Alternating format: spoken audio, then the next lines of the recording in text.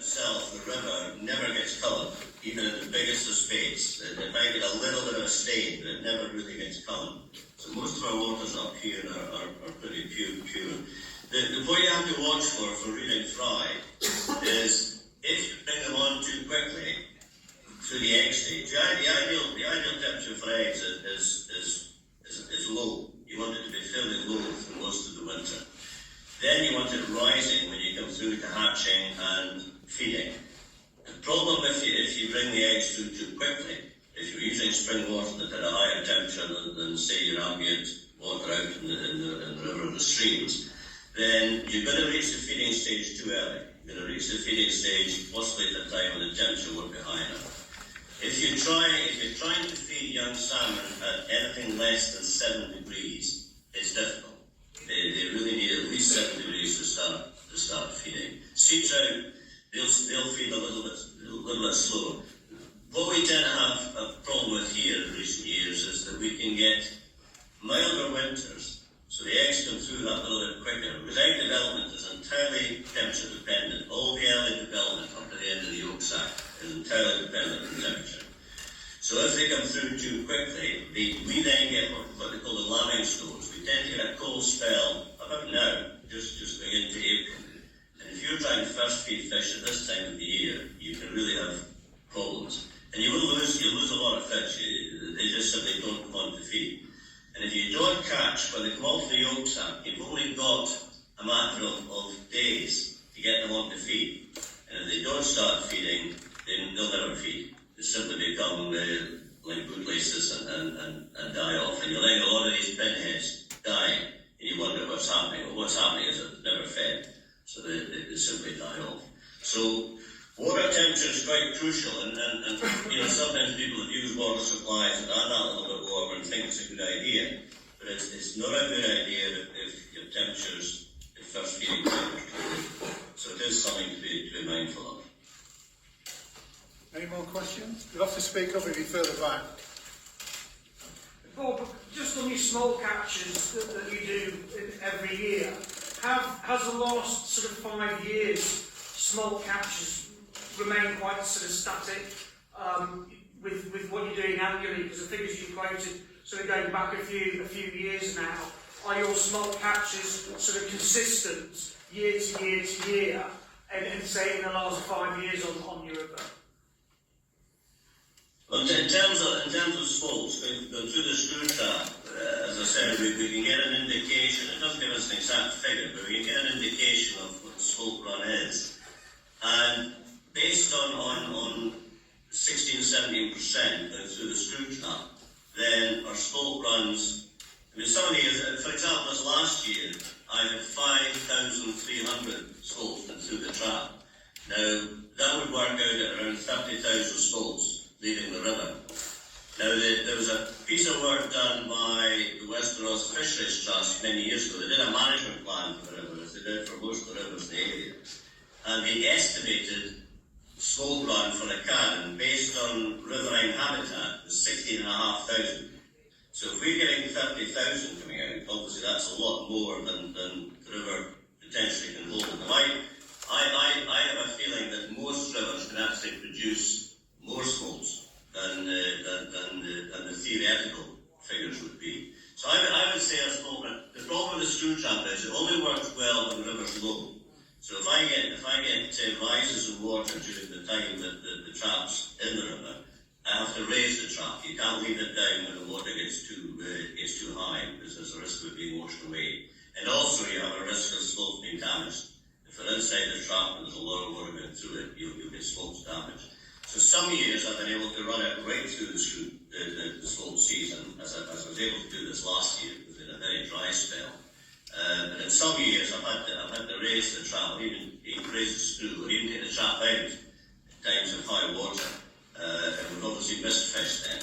So it's quite difficult to know whether your proportion of the run you're actually getting. But I would say our smolt numbers are staying up based on what came down last year. The interesting thing about the ones that came out this last year, the 5,300, that corresponded to fish that I stripped in 2020. Now in that year we actually got 30 excellent sized hens, multi-winter hens. They're all over 10 pounds in weight, and I finished up 180,000 eggs from wild fish that year, and that then corresponded to the smolts coming out this last season. So it'll be interesting to see what we get bills-wise this year, which would have come from that run of smolts last year.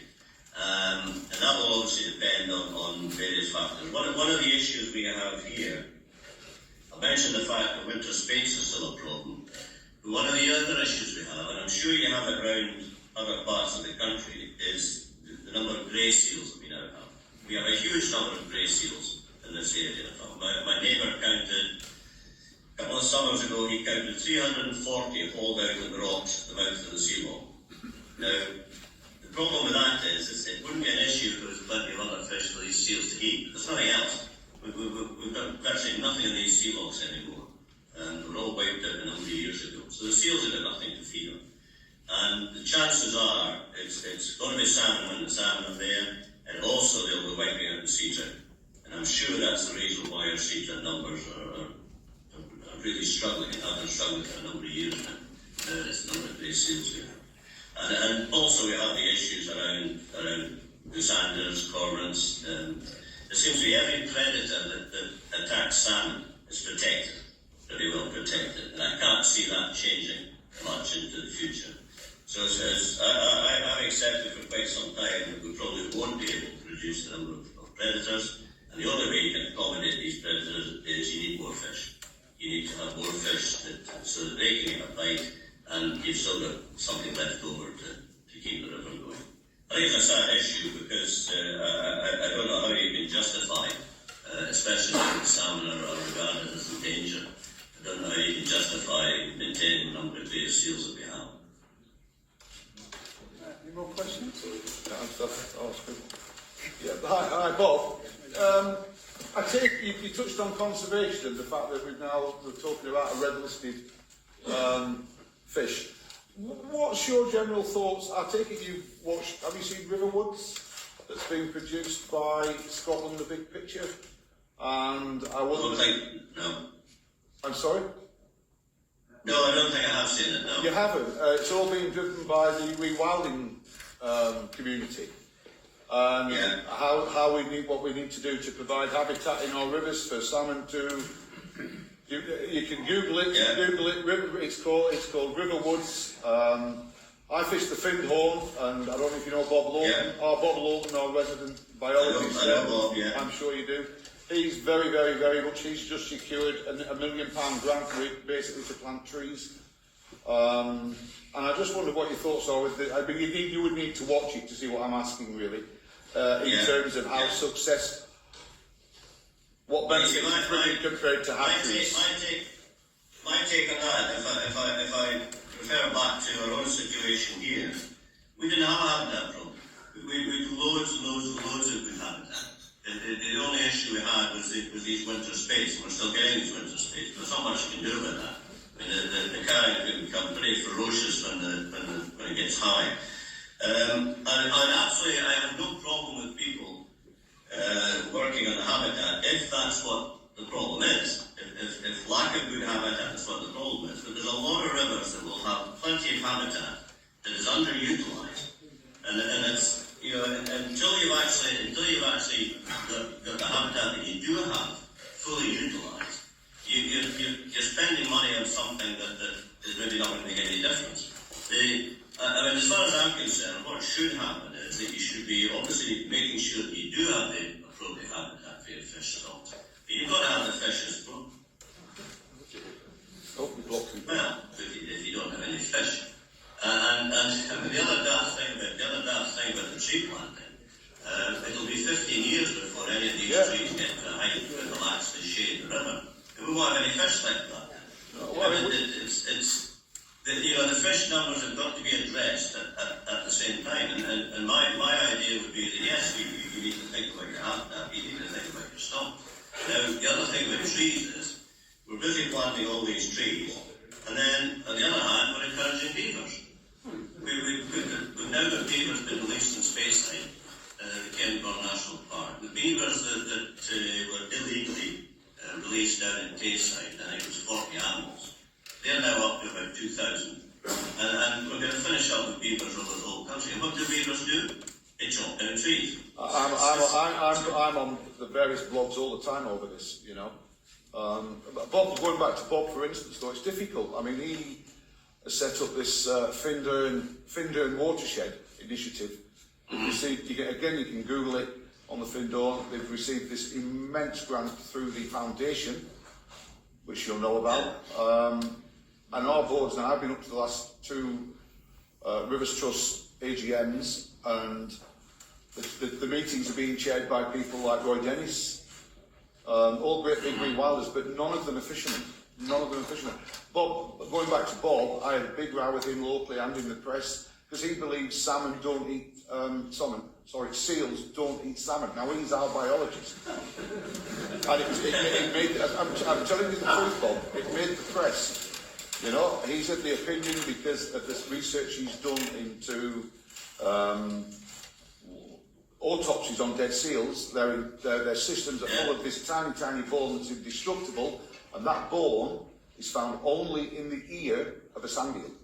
Ergo, they're only eating sand eels. And I went through the food chain process and he just wouldn't have it. He just wouldn't. Now that's the man that's driving our recovery program on the River Findhorn.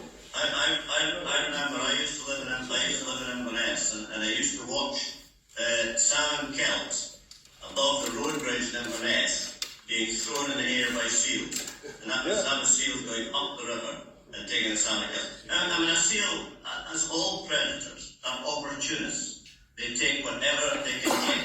And if a seal came on the last salmon in this country, swimming up a river, it would kill it and eat it. Yeah.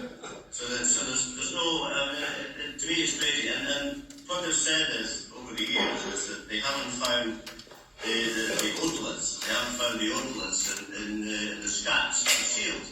Well, the otoliths in the head is not the part of the salmon that the seal tends to eat. So the chances are it eats the rest of the fish. They're not going to have any otoliths in the scats, which to my mind is a bit of a nonsense. I'm afraid the whole business of seals and seal numbers, it's not going to go away because the public, as I'm sure you're well aware, the public are led to believe that these things are wonderful. And we all see the photographs of the baby seals. The Findhorn Bay, as soon as it became a hole outside, it's risen from an average of about 100 to over 500. And it's just shocking, you know. Time for a couple more questions. That gentleman there had his hand up for a while. Well, we're all in awe of what you've achieved. I've got a bit of a strange question, I suppose. I'm interested to hear what you think. If you were to stop all of your activities, okay, how quickly do you think the Karen would go into another level of decline? How long do you think it would take for that to come through? Well, that's an interesting one because it's one of these unknowns that actually happens. But given the fact that the thing is, what we did is we didn't do anything other than put juveniles into the river. So we didn't do any habitat work, we had no obstructions through, we didn't have any of the things that other rivers might have to think about. We had no water quality problems, so we didn't have to think about that. So all we did was get young fish back into the system. And the problems that we had, and if the main issue that we had was these winter spades washing the eggs out, that hasn't gone away. And the chances are with climate change that will not get any better. In fact, it might well get worse. And it is an issue that I think will be affecting an awful lot more rivers as we go forward. Is the possibility that the eggs get washed out. Salmon are not very efficient when it comes to spawning. They don't dig deep reds. It's a wee scrape on the surface, and you put the eggs in, and those eggs have to be fertilised before they hit the bed of the river. So it's pretty haphazard. I suspect that's going to be a continuing problem. So as far as the carrying goes, if I stop doing what I'm doing, and I should have retired now, so I should have stopped already, but it's very difficult to stop. But if I stop doing it, I'm sure it'll go backwards. I'd like to think it wouldn't go back to where it was before I started. I'd like to think there'll still be enough fish there. But we're still facing the possibility that a lot of our natural spawning, every year, the eggs are washed out. we reckon that. In fact, we had a horrendous one just a few weeks ago that I think would have washed an awful lot out of the river. So I suspect, well, I know it'll go backwards. It'll definitely go backwards. And I would just hope it won't go back as far as it was. I mean, I'm an avid fisherman. I'm on the river every day at some point once there's fish around. And I would hate to think that I'm going to get to the stage that I won't be able to catch a fish. So it will go back, and I think we have to face the fact that with the various problems that salmon have now, in terms of predation, winter spates, etc., we might be in a situation where stocking is something you have to consider as something you do all the time to keep stocks going. And I would like to think that things might change, that we can keep the populations reasonable or build them back up a bit, then you know they might be able to self-sustain. I could put hand in heart and say that salmon populations will all be self-sustaining as we go forward. Because the issues they're facing, in my mind, will probably get worse rather than get better. We have time for one more question. Sorry. Hi Bob, I'm a Gillian, I live in Argyll, and obviously like a lot of people here, obviously very concerned about the situation with poor returns of salmon, and I fear for the worst for the next probably, I said 10 years, but probably 5 years. So I've got two questions for you Bob. The first one is, do you feel that your success in the Taran has been recognised by either fishery boards or government agencies or environment agencies to enable a change in attitude, the negative attitude towards hatcheries? First question. Second question, what advice would you give to others wishing to embark on a restocking programme? Answers in a postcard. Well, as far as the attitude from the so-called powers that be, we have been ignored. Over the years, they don't want to know. They don't like the idea that it seems to me that they don't like the idea of stocking, and they desperately don't want to encourage anyone who's been successful. To my mind, you know, I actually went down to Pitlochry a number of years ago, in the early days of what we were doing. And I was asked down by the previous director, who had a different approach. He came to see me, he came to see what I was doing, he was quite impressed with what was going on, and he asked me to go down and speak to the scientists at the lobby, which I did, but 40 of us were there, talked to them, a lot of nodding heads and various things. So they knew what I was doing, and they knew that it was having an effect, but nothing came back on that. And they've been very, very obvious by their desire not to get involved with what we're doing. Now, if they had been serious, if they were serious about protecting salmon and keeping the stocks up and making improvements, they would have been knocking at my door early on, because we were putting in the results of our rod catches, which suddenly shot upwards as opposed to going down as most rivers were. That should have been alarm bells for them. They should have been thinking, what's going on? Why is this river improving when other rivers are going down? And you know, whether they like stocking or not like stocking, they should at least have been having a look to see what was going on. It's been quite clear that they've avoided it. Now, the problem with that is we would all like to not have to think about stocking. It'd be great if you could sit back. I mean, I would far rather not have to work 7 days a week, 52 weeks of the year, which I've been doing for the last 20-something years, because that's what you have to do. I would rather not be doing that. I would rather the issue of doing it. You have to be listening. You have to be listening to what's happening, and we know that stocks are going down and down. And people will, communities will suffer. Obviously, gillies are going to suffer, because the first jobs to go will be gillies jobs, because there won't be the money to support them. So I find the authorities have to waken up to what's going on. And I believe now there's a bit of a change. I think NASCO have changed their views a bit on stocking. They were pretty anti at one time.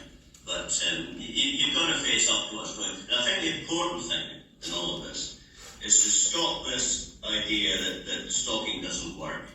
which you keep getting told. You keep getting told that there's loads of scientific evidence and scientific papers that show that stalking doesn't work. And also that stalking is detrimental to wild fish. Though we haven't seen a problem. And in fact, the first DNA study, I should just mention that if anyone wants to look at that first DNA study that we've done, there is a report on our website, which is cairnconservation.scot. So if you look up cairnconservation.scot, you can read that first report. There's a fair bit in there in genetics and things, but it does give you some good facts and figures.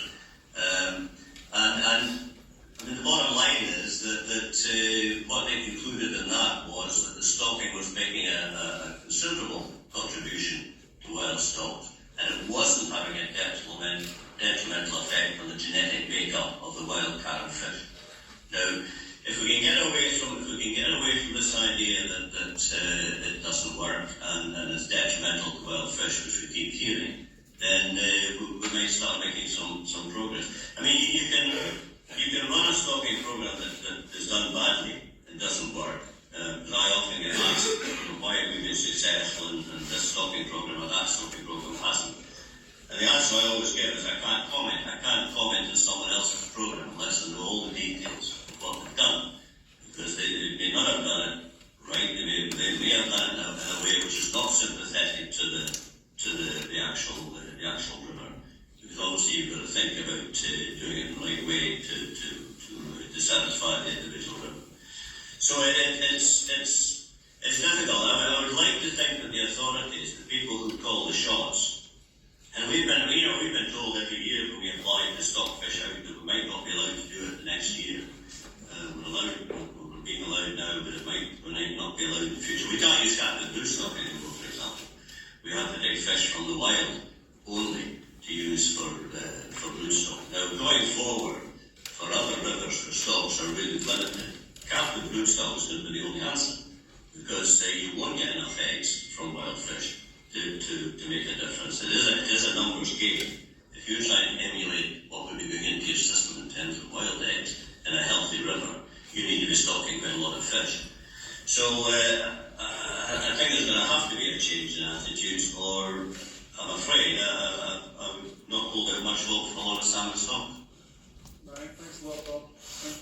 That's been very informative, that. So I was going to ask you a question, actually, saying what would you say to the Environment Agency, because we've got people here today. But you've already said it. You've already said it. Thanks for joining us. I can't help myself. I know you can.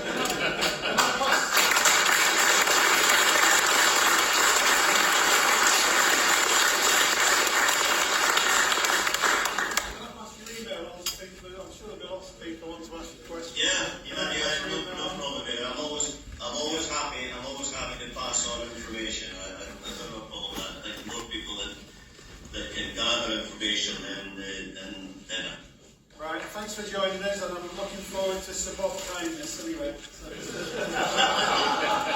good, thanks. All right, take care, Bob. Bye. Okay, thanks, David. Thanks, everybody.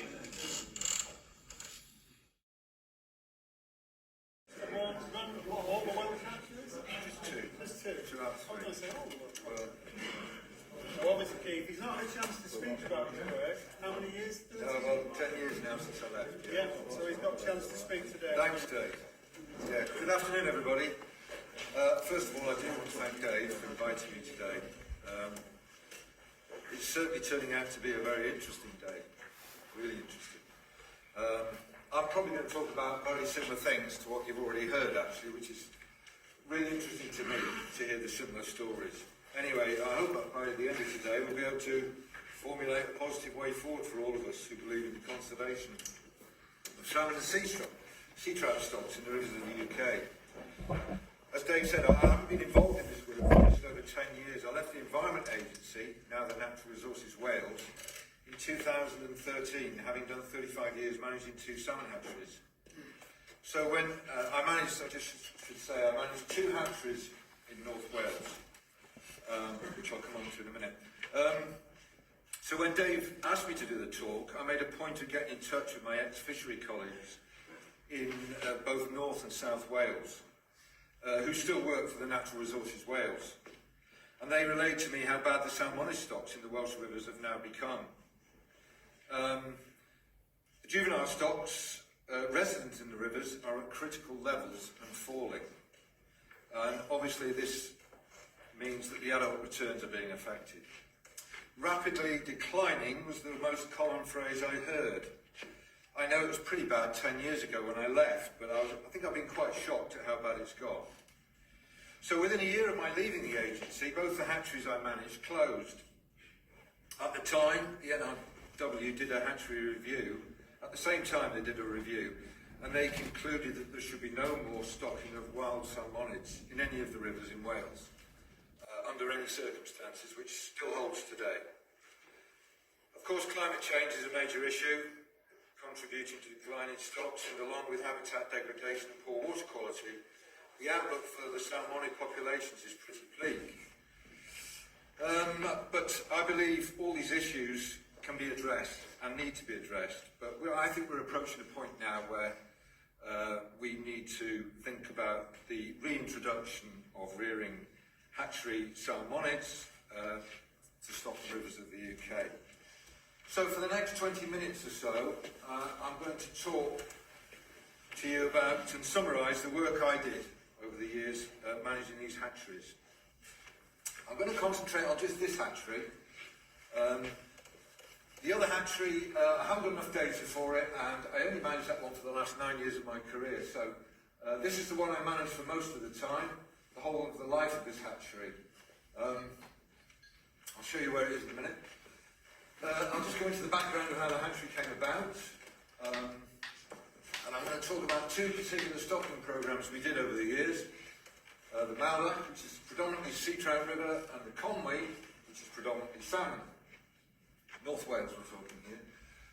I'm going to talk about the broodstock, fecundity and survival to fed fry. I'm going to talk about semi-natural rearing and smolt release ponds, which you've all heard some about today. I'm going to show you some graphs with catch returns. I'm going to briefly mention the River Taff, which is in South Wales, which I didn't have anything to do with, but I've got some interesting graphs to show you from my old boss, who still works for the NRW. And I'm also going to mention two other projects we did. One was the Arctic char for a lake in Snowdonia, and a freshwater pearl mussel project, which we pioneered at the Dolgellau hatchery.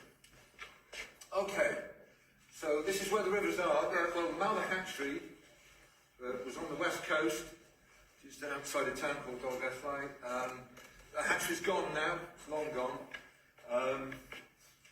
The Malda River runs and drains into Cardigan Bay, predominantly a sea trout river. Most of the west coast rivers of Wales are sea trout rivers. There were salmon in the river as well, and we did do some salmon rearing, but I will focus on the sea trout for this one. The Conwy drains north into the Irish Sea and is predominantly salmon. Okay, so I'll start with the history to the hatchery.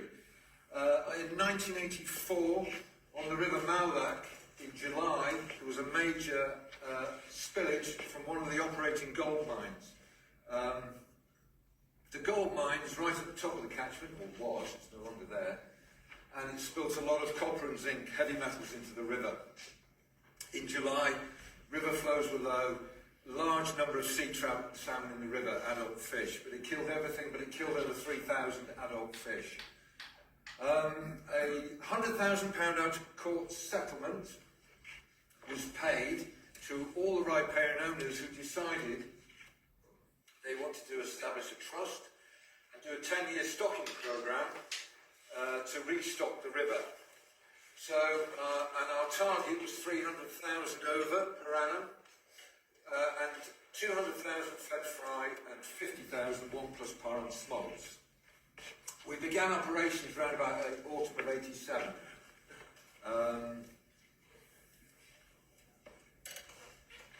Other rearing programmes, just going to mention this very briefly. We did other rearing programmes at the hatchery after the 10-year period of the Malloc stocking. We've lost you. Oh, yeah, sorry. Go on, Mark. We did other rearing programmes. We did numerous rearing programmes after the 10-year project where we wound down the Mallet project. We did the Thames Salmon, which we took eggs from the Shannon, from the Partine hatchery on the Shannon. This actually, I'll just mention this briefly, I think this was actually a very successful hatchery project, but because virtually no fish got into the Thames, it was deemed as a bad hatchery project, and we got a bad reputation for that. But what happened was, it was concluded there were plenty of returning adults to the mouth of the Thames, but because of the water quality and low oxygen levels, they just turned around and went elsewhere. They just weren't interested. And that's an example, really, I think, of where hatcheries get a bad name. It wasn't really our fault. We'd done our work, but it was kind of blamed on the hatcheries. We did work for the Ants and X in Somerset and Devon, and as I said, I'll come on to those two projects towards the end. Okay, so broodstock collection, starting in the autumn, as you all know, electrofishing, traps and netting. This is a sea trout trap, really. This is one of the outflows of one of our semi-natural rearing ponds. After a number of years of stocking into this semi-natural rearing pond, we started to get returning adults. And it was so predictable, as has already been said, we knew exactly when and where to catch the fish. A flood overnight, the fish would come out the main river, up into the stream, and they would go right into the trap. The semi-natural rearing ponds, I cannot say enough about them. They work superbly. The fish would come back to within feet of where they were spawned, and they would even try to get into the spot release pond. Now, one of the things we did notice over the years was the consistently superior condition of the broodstock. It's not something that was ever kind of recorded or reported on, but the condition of the fish returning, and these are broodstock returns, adult fish, hatchery reared because of a fin clip, was consistently superior. To keep the genetic variability as high as possible, it was always a 10 times 10 wild hatchery cross. Mostly hatchery females, because of the superior condition. We also observed a higher over-fecundity, that's eggs per kilo of body weight of fish, in the hatchery reared returning adult females. It was quite marked. And I think, as Bob mentioned, the condition of the fish was superb. The eggs condition was also superb. An extremely high survival of fed fry. And again, there is a report somewhere in the Environment Agency Wales, a small report that I did. I haven't got it, but I proved a higher survival of fed fry and probably beyond by crossing. I crossed the hatchery female with a wild male fish, and we did a wild cross, and we had a higher survival all the way through. I only did it up to fed fry, that's all I can say. So that's what the usual thing, and so fish were fed and kept in the tanks throughout the summer. We had a surplus of fed fry, which we would stock out in the upper catchment, but as has already been said, you can't monitor this. There's a grey area about fish returning. We may have stripped what we thought were wild fish, but may have been hatchery fish, probably a very small number. Anyway, as I say, limited monitoring. You don't know what you're getting, really.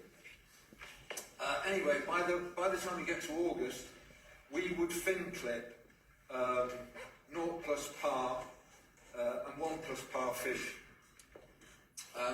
We'd fin clip as many as we could to get results. And in the early days, we did batch marking, micro-tagging of batches of fish. We developed the semi-natural rearing ponds on the upper catchment, on tributaries. They would be fed by that river, by the stream, and water going back out. Anti-predator netting has already been said, and we from about September onwards, we've been putting fish in. We had a few on the Mallow, and we had a couple on the Conwy catchment. We would reduce our feeding, which is different to what you said, Dave.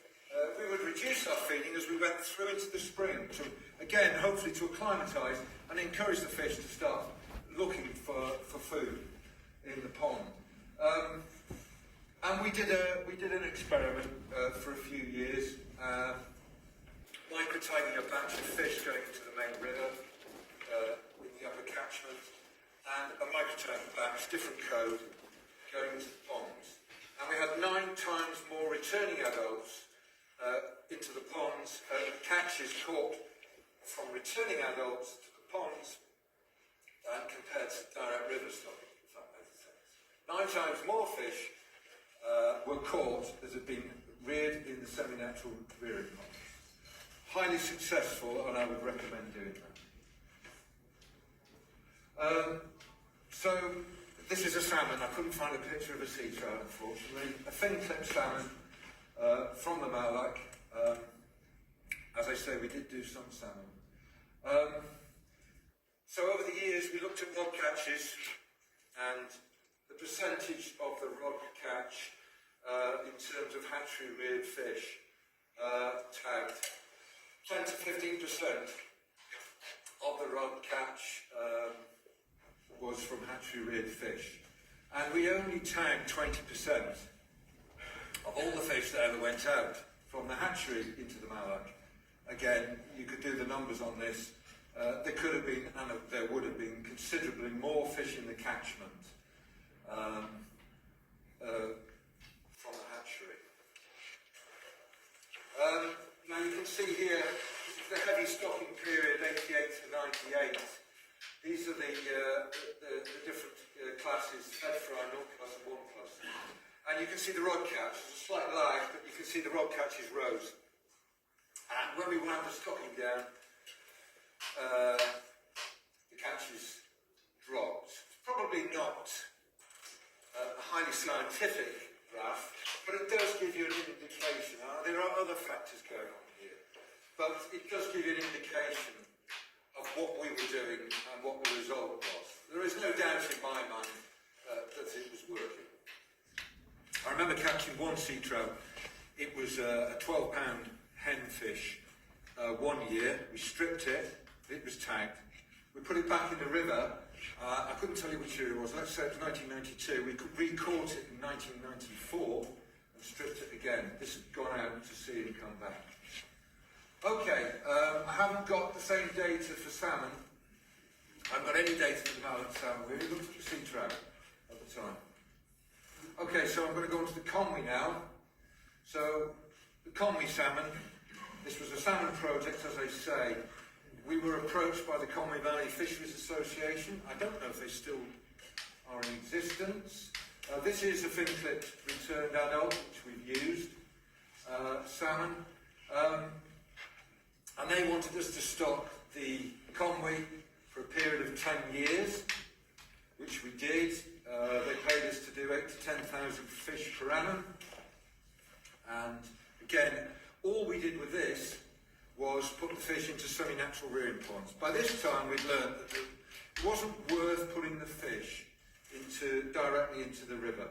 So we put the fish into the ponds, same process, fed them over the winter, reduced the feeding for about the last 2 months, and then they would silver up and they would be turning around in the pond and getting all disorientated, and they would be off as soon as we opened up the ponds. And again, it's been mentioned, but one of the most important things we learned to do was release the fish on a spate, on a flood.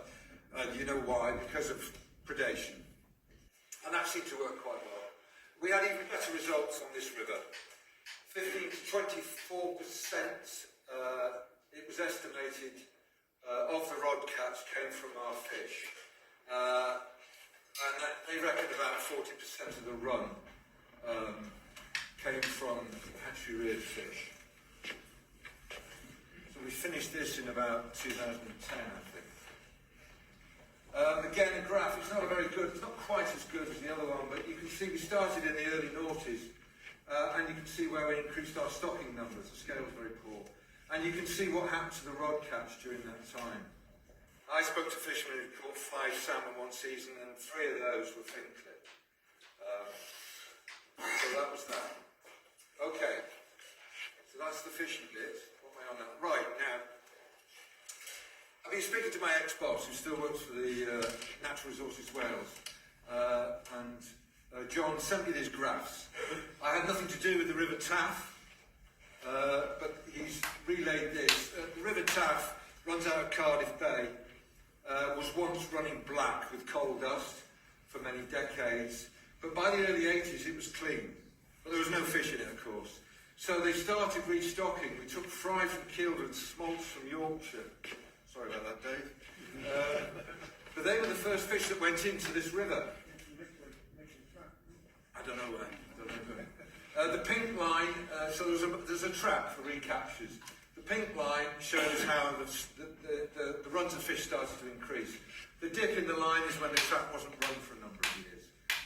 So that's the left-hand graph, showing an increase in fish numbers. Again, this was stopped in 2010. 2011. Around about then, they banned stocking in Wales. 1,200 fish were through the trap in 2011. 23 went through it last year. That's the decline, and maybe other factors, but mainly we think the stopping of the stocking. Exeter University did some genetic work on this particular river after a number of years to see what the smolts were like genetically.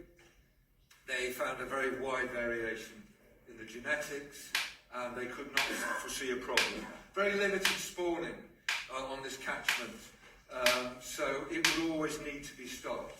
And you can see that it's pretty dire now. That's what's happened now.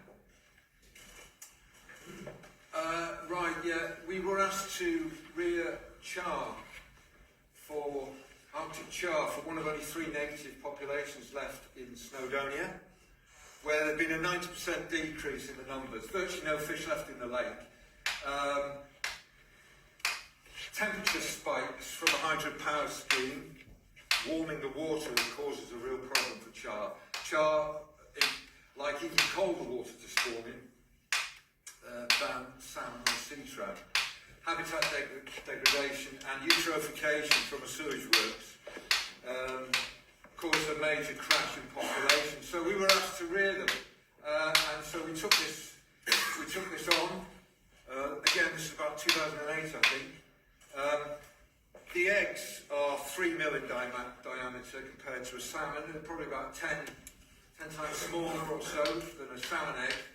Incredibly difficult. Couldn't get many eggs from a fish, and we had problems collecting the first brood stock, but we did manage. We did a 25 times 25 cross. 25 times 25 cross to maximise variability. These are the young ones we're putting in, fin clipping. These are 2, a male and a female, beautiful fish. Male and a female fin clip that we recaptured for stripping in subsequent years. It worked better than we thought. It's been looked at by Bangor University recently. And you can see the points there. The population size is now on the increase. Genetic diversity has been maintained from virtually no stock at all to a lot of hatchery-reared fish. There's no evidence of inbreeding, and there's a significant correlation between stocking and increased juveniles. So that's been a very successful project. And I'm pleased to say that's still going on at the Brecon hatchery. When the Mallow hatchery closed, it was continued at the Cymric hatchery at Brecon, which is still being run by John, my old boss. The Freshwater Pearl Mussel project, I don't know if anybody's heard about this or is aware of this. It's listed as an endangered species. There are only 7 rivers in Wales, very few in the whole of the UK that have these mussels in now. An unbelievable life cycle. They can live to over 100 years. the adults. And part of their life cycle, they need to host themselves, to get onto the gills of a fish.